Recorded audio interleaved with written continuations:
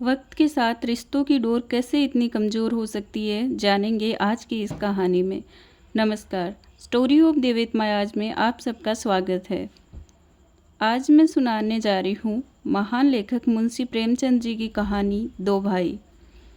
उससे पहले मैं आपसे रिक्वेस्ट करना चाहती हूँ, अगर आपको हिंदी की मनमोहक और सामाजिक मूल्यों को बताने वाली कहानियाँ सुनना पसंद है तो आपके अपने चैनल स्टोरी ऑफ देवेत मायाज को सब्सक्राइब ज़रूर करें। आपके एक सब्सक्राइब से मुझे प्रेरणा मिलेगी ताकि मैं ऐसे ही आगे काम करती रहूं। प्रातःकाल सूर्य की सुहावनी सुनहरी धूप में कलावती दोनों बेटों को जांघों पर बैठा दूध और रोटी खिलाती थी। केदार बड़ा था, माधव छोटा।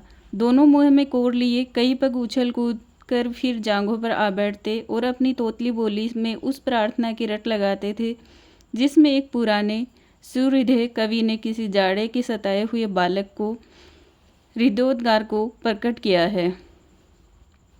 देव देव धाम करो, तुम्हारे बालक को लगता जाड़ा। माँ उन्हें चुमकार कर बुलाती और बड़े बड़े कोर खिलाती। उसके हृदय में प्रेम की उमंग थी और नेत्रों में गर्व की झलक।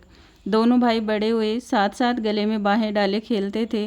केदार की बुद्धि चुस्त थी, माधव का शरीर। दोनों में इतना स्नेह था कि साथ साथ पाठशाला जाते, साथ साथ खाते और साथ साथ ही रहते। दोनों भाइयों का ब्याह हुआ। केदार की बहू चंपा अमित भाषिणी और चंचला थी। माधव की बहू श्यामा सांवली सलोनी रूप राशि की खान थी। बड़ी ही मृदुभाषिणी, बड़ी ही सुशीला और शांत स्वभाव थी। केदार चंपा पर मोहे और माधव श्यामा पर रीझे। कलावती का मन किसी से न मिला। वह दोनों से प्रसन्न और दोनों से ही अप्रसन्न थी। उसकी शिक्षा दीक्षा का बहुत अंश इस व्यर्थ के प्रयत्न में व्यय होता था कि चंपा अपनी कार्यकुशलता का एक भाग श्यामा के शांत स्वभाव से बदल ले। दोनों भाई संतानवान हुए। हरा भरा वृक्ष खूब फैला और फलों से लद गया। कुत्सित वर्ष में केवल एक फल दृष्टिगोचर हुआ, वह भी कुछ पीला सा मुरझाया हुआ, किंतु दोनों अप्रसन्न थे। माधव को धन संपत्ति की लालसा थी और केदार को संतान की अभिलाषा। भाग्य की इस कूटनीति ने स्नेह स्नेह द्वेष का रूप धारण किया जो स्वाभाविक था। श्यामा अपने लड़कों को संवारने सुधारने में लगी रहती, उसे सिर उठाने की फुर्सत नहीं मिलती थी। बेचारी चंपा को चूल्हे में जलना और चक्की में पीसना पड़ता। ये अनीति कभी कभी कटु शब्दों में निकल जाती। श्यामा सुनती, कुड़ती और चुपचाप सह लेती, परंतु उनकी यह सहनशीलता चंपा के क्रोध को शांत करने के बदले और बढ़ाती।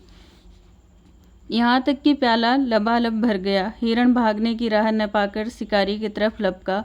चंपा और श्यामा समकोण बनाने वाली रेखाओं की भांति अलग हो गई। उस दिन एक ही घर में दो चूल्हे जले, परंतु भाइयों ने दाने की सूरत न देखी और कलावती सारे दिन रोती रही।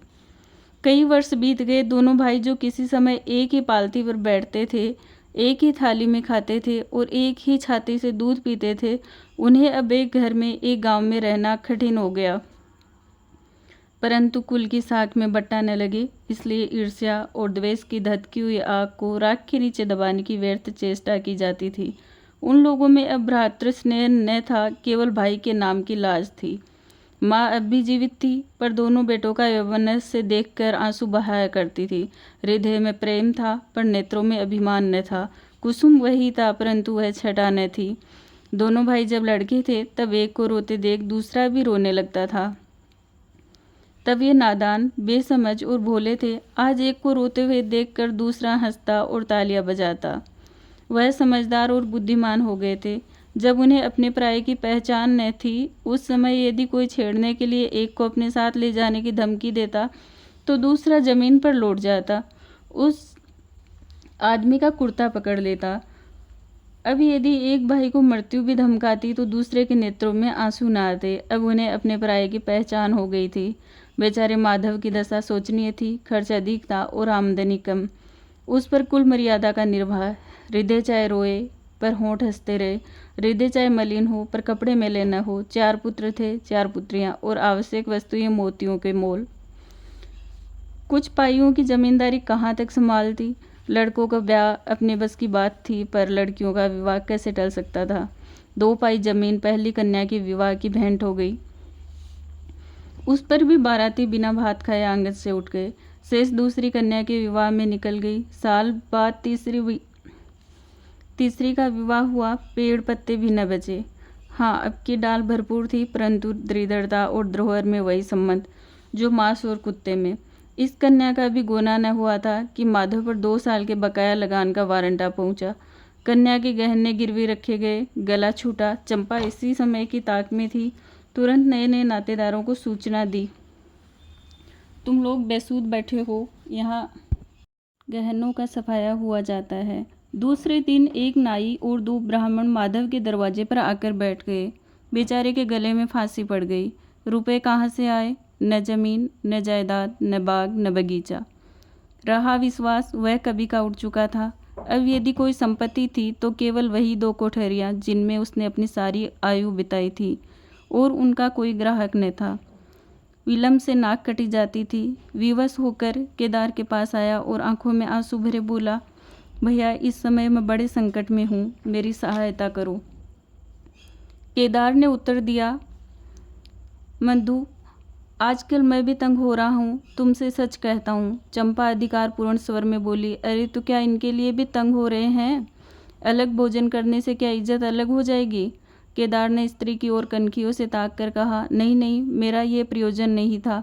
हाथ तंग है तो क्या, कोई न कोई प्रबंध किया ही जाएगा। चंपा ने माधव से पूछा, 5-20 से कुछ ऊपर ही है, पर गहने रखे थे न? माधव ने उत्तर दिया, हाँ, ब्याज सहित कोई 125 रुपये होंगे। केदार रामायण पढ़ रहे थे, फिर पढ़ने में लग गए। चंपा ने तत्व की बातचीत शुरू की। रुपया बहुत है, हमारे पास होता तो कोई बात नहीं थी, परंतु हमें भी दूसरे से दिलाना पड़ेगा, और महाजन बिना कुछ लिखाए पढ़ाए रुपया देते नहीं हैं। माधव ने सोचा, यदि मेरे पास कुछ लिखाने पढ़ाने का होता तो क्या और महाजन मर गए थे, तुम्हारे दरवाजे क्यों आता? बोला, लिखने पढ़ने को मेरे पास है ही क्या, जो कुछ जगह जायदाद है वह यही घर है। केदार और चंपा ने एक दूसरे को मर्म भेदी नयनों से देखा और मन ही मन कहा, क्या आज सचमुच जीवन की प्यारी अभिलाषाएं पूरी होंगी?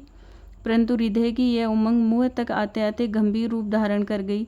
चंपा बड़ी गंभीरता से बोली, घर पर तो कोई महाजन कदाचित ही रुपया दे, शहर हो तो कुछ किराया ही आवे, पर गवई में तो कोई सेंत में रहने वाला भी नहीं, फिर सांझे की चीज ठहरी।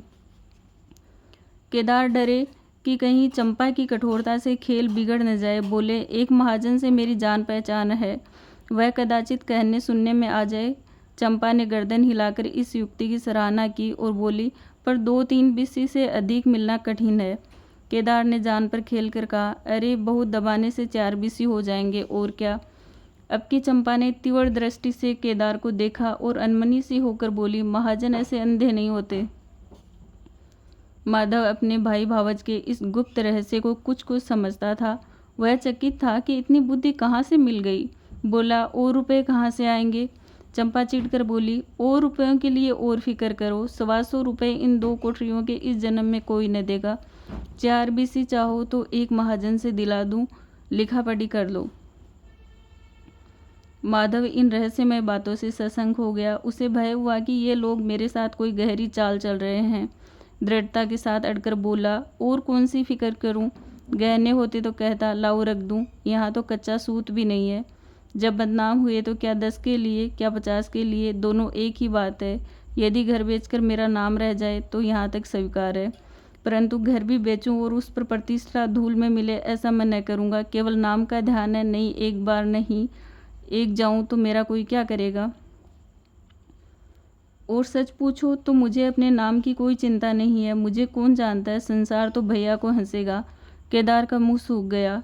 चंपा भी चकरा गई। वह बड़ी चतुर वाक निपुण रमणी थी। उसे माधव जैसे गंवार से ऐसी दृढ़ता की आशा न थी। उसकी ओर आदर से देखकर बोली, लालू, कभी कभी तुम भी लड़कों की सी बातें करते हो। भला इस झोंपड़ी पर कौन 100 रुपये निकाल कर देगा? तुम 125 के बदले 100 ही दिलाओ। मैं आज ही अपना हिस्सा बेचती हूँ, उतनी ही मेरी भी तो है। घर पर तो तुमको वही 4 बीस मिलेंगे। हाँ, और रुपयों का प्रबंध हम आप कर देंगे। इज्जत हमारी तुम्हारी एक ही है, वह न जाने पाएगी। वह रुपया अलग खाते में चढ़ा लिया जाएगा। माधव की इच्छाएं पूरी हुई। उसने मैदान मार लिया। सोचने लगा कि मुझे तो रुपयों से काम है, चाहे 1 नहीं 10 खाते में चढ़ा लो। रहा मकान, वह जीते जी नहीं छोड़ने का। प्रसन्न होकर चला। उसके जाने के बाद केदार और चंपा ने कपट भेष त्याग दिया और देर तक एक दूसरे को इस सौदे का दोषी सिद्ध करते रहे। अंत में मन को इस तरह संतोष दिया कि भोजन बहुत मधुर नहीं, किंतु भर कटौती तो है। घर, हाँ, देखेंगे कि श्यामा रानी इस घर में कैसे राज करती है। केदार के दरवाजे पर 2 बैल खड़े हैं। इनमें कितनी संग शक्ति है, कितनी मित्रता और कितना प्रेम है। दोनों एक ही जुए में चलते हैं, बस इनमें इतना ही नाता है। किंतु अभी कुछ दिन हुए, जब इनमें से एक चंपा के मैके मंगनी गया था तो दूसरे ने 3 दिन तक नाद में मुंह नहीं डाला। परंतु शोक, एक गोद के खेले भाई, एक छाती से दूध पीने वाले आज इतने बेगाने हो रहे हैं कि एक घर में रहना भी नहीं चाहते। प्रातःकाल था। केदार के द्वार पर गांव के मुखिया और नंबरदार विराजमान थे। मुंशी दाता दयाल अभिमान से चारपाई पर बैठे रेहन का मसवीदा तैयार करने में लगे थे। बार बार कलम बनाते और बार बार खत रखते। एक खत की शान न सुधरती। केदार का मुखारविंद विकसित था और चंपा फूली नहीं समाती थी। माधव कुम्हलाया और मलिन था। मुखिया ने कहा, भाई ऐसा ही तू, न भाई ऐसा शत्रु। केदार ने छोटे भाई की लाज रख ली। नंबरदार ने अनुमोदन किया, भाई हो तो ऐसा हो। मुख्तार ने कहा, भाई सपूतों का यही काम है। दाता दयाल ने पूछा, रेहन लिखने वाले का नाम? बड़े भाई बोले, माधव वल्द शिवदत्त। और लिखवाने वाले का? केदार वल्द शिवदत्त। माधव ने बड़े भाई की ओर चकित होकर देखा। आंखें डबडबा आई। केदार उसकी ओर न देख सका। नंबरदार, मुखिया और मुख्तार भी विस्मित हुए। क्या केदार खुद ही रुपया दे रहा है?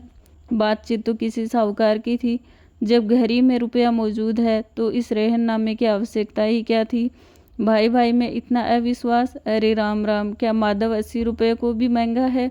और यदि दबा भी बैठता तो क्या रुपए पानी में चले जाते? सभी की आंखें सैन द्वार परस्पर बातें करने लगी, मानो आश्चर्य की अथाह नदी में नौकाएं डगमगाने लगी। श्यामा दरवाजे की चौखट पर खड़ी थी। वह सदा केदार की प्रतिष्ठा करती थी, परंतु आज केवल लोक रीति ने उसे अपने जेठ को आड़े हाथों में लेने से रोका। बूढ़ी अम्मा ने सुना तो सूखी नदी उमड़ आई। उसने एक बार आकाश की ओर देखा और माथा ठोक लिया। तब उसे उस दिन का स्मरण हुआ जब ऐसा ही सुहावना सुनहरा प्रभात था और 2 प्यारे प्यारे बच्चे उसकी गोद में बैठे हुए उछल कूद कर दूध रोटी खाते थे। उस समय माता के नेत्रों में कितना अभिमान था, हृदय में कितनी उमंग और कितना उत्साह। परंतु आज आज नैनों में लज्जा है और हृदय में शोक संताप। उसने पृथ्वी की ओर देखकर कातर स्वर में कहा, हे नारायण, क्या ऐसे पुत्रों को मेरी ही कोख में जन्म लेना था? समाप्त। अगर आपको मेरी कहानी पसंद आई है तो एक लाइक ज़रूर करें और आगे मेरी कहानियों के साथ बने रहने के लिए मेरे चैनल को सब्सक्राइब करें।